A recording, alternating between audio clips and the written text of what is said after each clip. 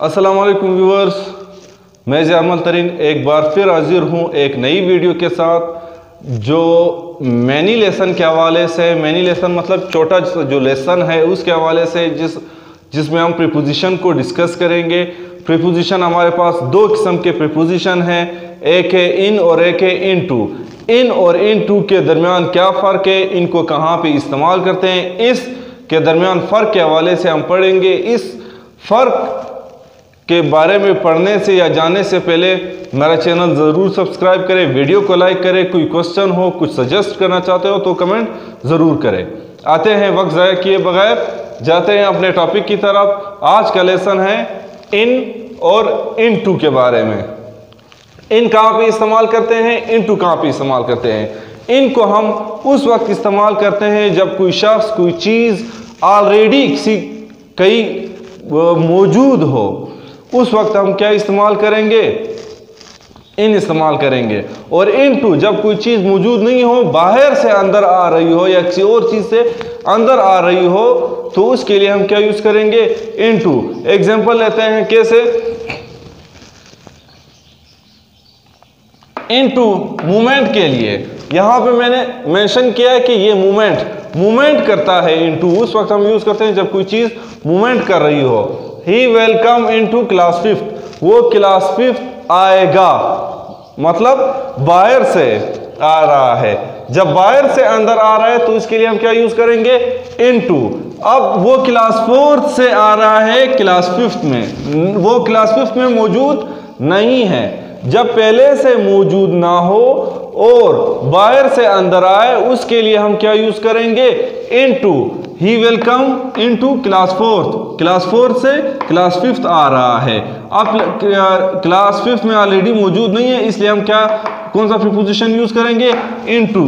जबकि he is in class 4, वो class 4 में ऑलरेडी मौजूद है, वो क्लास 4 में मौजूद है, बाहर से नहीं आ रहा। पहले से मौजूद अंदर मौजूद हो, इसके लिए हम इन इस्तेमाल करेंगे। अब यहाँ पे वो पहले से क्लास 4 में मौजूद है, तो हमने क्या यूज किया है, इन।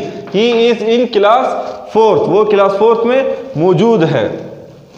दूसरा एग्जांपल लेते हैं, प्रेजेंट इन और इनटू को बेहतर समझने के लिए।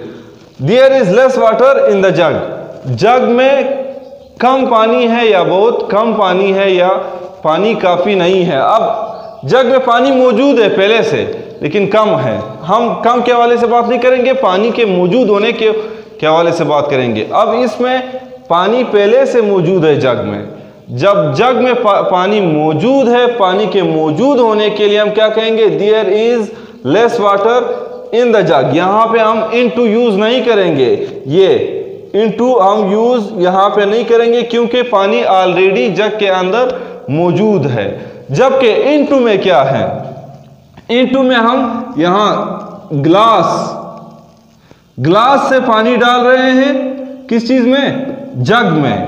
अब जग में पानी ऑलरेडी मौजूद नहीं है, जग हमारे पास क्या है, खाली है, एम्प्टी है। अब जग खाली है, खाली जग में हम पानी डाल रहे हैं ग्लास से, पानी बाहर से अंदर आ रहा है जग में। तो हमने क्या यूज किया है, ये देखिए, I am pouring the water into jug, मैं जग में पानी भर रहा हूं।